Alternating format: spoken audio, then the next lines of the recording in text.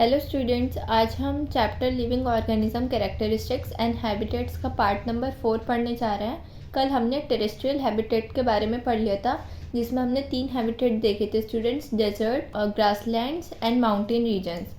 सो students, आज हम aquatic habitats से पढ़ेंगे, जिसमें हम सबसे पहले ओशंस के बारे में पढ़ने जा रहे हैं। We already discussed how fish are adapted to live in the sea. तो हमने स्टूडेंट्स थोड़ा ब्रीफ में डिस्कस किया था कि किस तरीके से जो फिशेस होती हैं वो पानी में रहती हैं।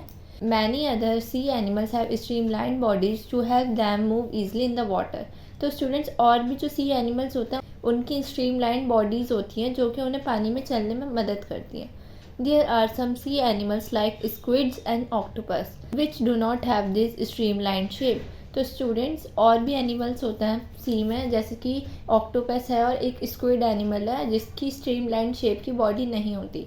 They stay deeper in the ocean. तो वो स्टूडेंट्स कहाँ रहते हैं? वो पानी में नीचे की साइड रहते हैं और डीप में रहते हैं। Near the sea bed and catch any prey that moves toward them.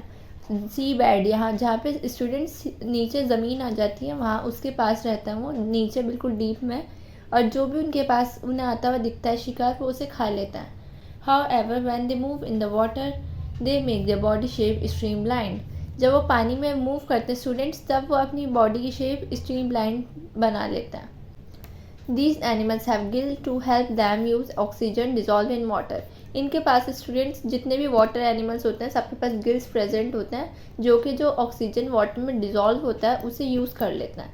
There are some sea animals like dolphins and whales that do not have gills. ऐसे कौन से एनिमल्स हैं जिनके पास गिल्स नहीं होते? वो आती हैं हमारी डॉल्फिन्स एंड वेल्स। जिनके पास गिल्स नहीं होते हैं उनके पास लंग्स ही प्रेजेंट होते हैं। स्टूडेंट्स, वो ब्रीथ कैसे करते हैं जब उनके पास गिल्स नहीं होता है?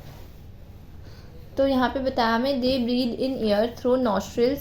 सो स्टूडेंट, जैसे हमारे नॉस्ट्रिल्स होते हैं नोज़ के, इस तरीके से उनके पास नॉस्ट्रिल्स होते हैं जो कि उनके हेड के ऊपर लोकेटेड होते हैं। मीन्स हेड स्टूडेंट्स यहाँ पे किसे बताया गया है? जैसे हमारी ऐसे करके फ़िश है हमारी। तो स्टूडेंट्स, सपोज़ ये आपकी फ़िश है, तो स्टूडेंट्स जो हमारी डॉल्फिन और वेल्स होती हैं उनके ऐसे हेड यहाँ पे कहा गया है, उस पर ऐसे होल्स प्रेजेंट होते हैं जिसे हम ब्लो होल्स कहते हैं स्टूडेंट्स, जिससे एयर को ब्रीद आउट करती हैं। और इसकी लोकेशन भी बताइए स्टूडेंट्स, ब्लो होल्स की that are located on the upper part of the head. This allows them to breathe in air when they swim near the surface of water.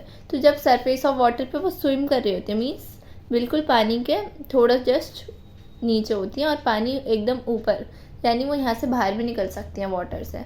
तो student, जब वो बिल्कुल सरफेस पे आ जाती हैं फिशेस, तो वो इन ब्लो होल्स से ब्रीदिंग करती हैं। They can stay inside the water for a long time without breathing. तो वो पानी के अंदर रह सकती हैं बहुत लंबे टाइम के लिए ब्रीदिंग किए बिना, लेकिन वो बाहर आती हैं पानी के सरफेस से टाइम टू टाइम ब्रीथ करने के लिए अपने अंदर एयर को। Do you ever see this interesting activity of dolphins in a television program or films on the ocean? क्या आपने ये स्टूडेंट्स टेलीविज़न पे देखा है?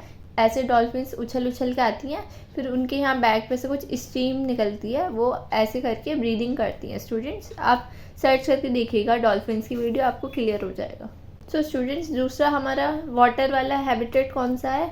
Ponds and lakes. Have you ever seen plants growing on ponds? Ponds थोड़े छोटे होते हैं स्टूडेंट्स, ओशंस बहुत बड़े होते हैं। पॉन्ड्स, लेक में आपने कभी कोई प्लांट उगते हुए देखा है students? Go on a field trip to nearby pond. तो हम किसी फील्ड की ट्रिप पे जाके देखें जहाँ पे कोई पॉन्ड प्रेजेंट हो स्टूडेंट, अगर पॉसिबल है तो, और उन्हें प्लांट्स को ऑब्जर्व करने की कोशिश करना वो किस तरीके से होते हैं, कैसे उनकी एडेप्टेशंस हैं। तो उनकी लीव्स को देखना स्टूडेंट्स आप, उनके स्टेम्स को और उनकी रूट्स को। Some of these plants have their roots fixed in the soil below the water. तो कुछ प्लांट्स की स्टूडेंट, जैसे हमारी बुक में दिखाई है, उनकी रूट सॉइल में फिक्स होगी जो कि पानी के नीचे प्रेजेंट होती है सॉइल उसमें। जो कि कुछ टेरेस्ट्रियल प्लांट्स हैं तो उनकी रूट क्या होती है, वो बहुत इंपॉर्टेंट रोल प्ले करती है absorption of nutrients in water from the soil. तो सॉइल में से वो वाटर और न्यूट्रिएंट्स एब्जॉर्ब करने का रोल प्ले करती है। However in aquatic plants roots are much reduce in size. तो स्टूडेंट्स, एक्वेटिक प्लांट्स यानी वाटर वाले जो प्लांट्स होते हैं उनमें रूट्स रिड्यूस साइज में, मीन्स कम प्रेजेंट होती हैं। And the main function is to hold the plant in place. तो उनका मेन फंक्शन क्या होता है स्टूडेंट्स, रूट्स का, बस कि यही उनका फंक्शन है, वो प्लांट को होल्ड करके रखें उस जगह पे। The stem of these plants are long. तो इनकी स्टेम्स स्टूडेंट्स बहुत लॉन्ग होती हैं hollow, hollow means खोखली, और and light, light means lightweight. The stems grow up to the surface of the water while the leaves and the flowers float on the surface of water. तो students किस तरीके से ये जैसे हमें diagram में दिखाया गया है, जो स्टेम्स होती हैं स्टूडेंट्स वो सरफेस तक आ जाती हैं, इतनी ग्रो हो जाती हैं कि पानी के सरफेस तक आ जाए, और जो फ्लावर्स और लीव्स वगैरह होती हैं वो वाटर की सरफेस पे फ्लोट करते रहते हैं, जिस तरीके से इस डायग्राम में भी दिखाया है आपको. Some aquatic plants are submerge in the water. और कुछ स्टूडेंट्स ऐसे एक्वेटिक प्लांट होते हैं जो पूरी तरीके से वाटर के अंदर होते हैं. सबमर्ज का क्या मतलब होता है स्टूडेंट्स? डूबे हुए. All parts of such plants are under water. इनके सारे पार्ट्स जो होते हैं प्लांट्स के, ये सारे पानी के अंदर होते हैं. Some of these plants have narrow and a thin ribbon like leaves. और कुछ प्लांट्स के स्टूडेंट्स नैरो मीन्स पतली, रिबन लाइक लीव्स होती हैं. These can bend in flowing water. तो ये मुड़ती रहती हैं स्टूडेंट, जैसे जैसे पानी जिस तरफ बहता है वो उस डायरेक्शन में मुड़ जाती हैं.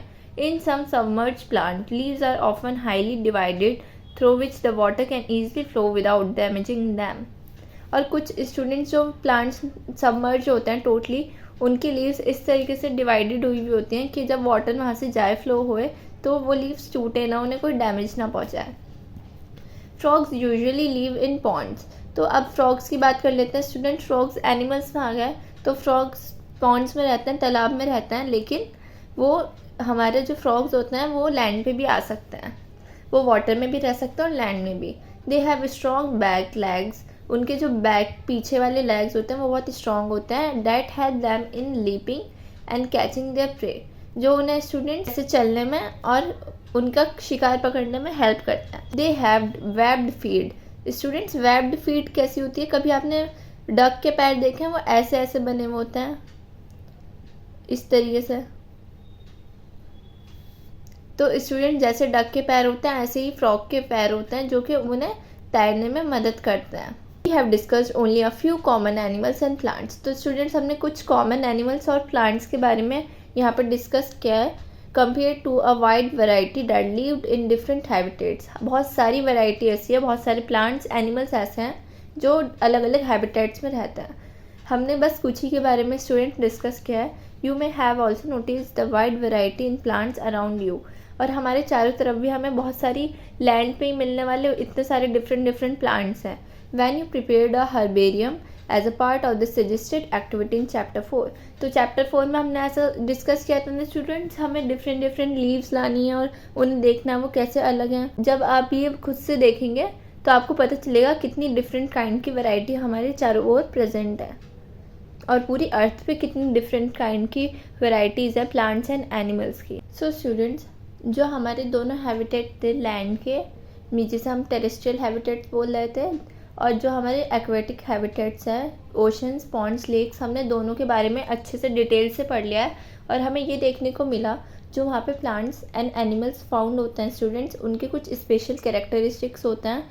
कुछ इस तरीके से वो डिज़ाइन कुछ इस तरीके से बनाए गए हैं कि वो उसी हैबिटेट में सर्वाइव कर सकते हैं स्टूडेंट्स. उनके अंदर ऐसे नेचुरली कैरेक्टरिस्टिक्स फाउंड होते हैं स्टूडेंट्स जिसकी वजह से वो उस हैबिटेट में आराम से रह सकते हैं. इस तरीके से उन प्लांट्स एंड एनिमल्स ने उस जगह का, उस हैबिटेट का एडेप्टेशन कर लिया अपने अंदर. तो आपको इतना पढ़ने के बाद स्टूडेंट्स हैबिटेट एंड एडेप्टेशंस में कोई डाउट नहीं होना चाहिए. स्टूडेंट्स, कैरेक्टरिस्टिक ऑफ ऑर्गेनिजम्स, ये जो टॉपिक है हमारा, इसे हम नेक्स्ट पार्ट में कवर करेंगे. Thank you.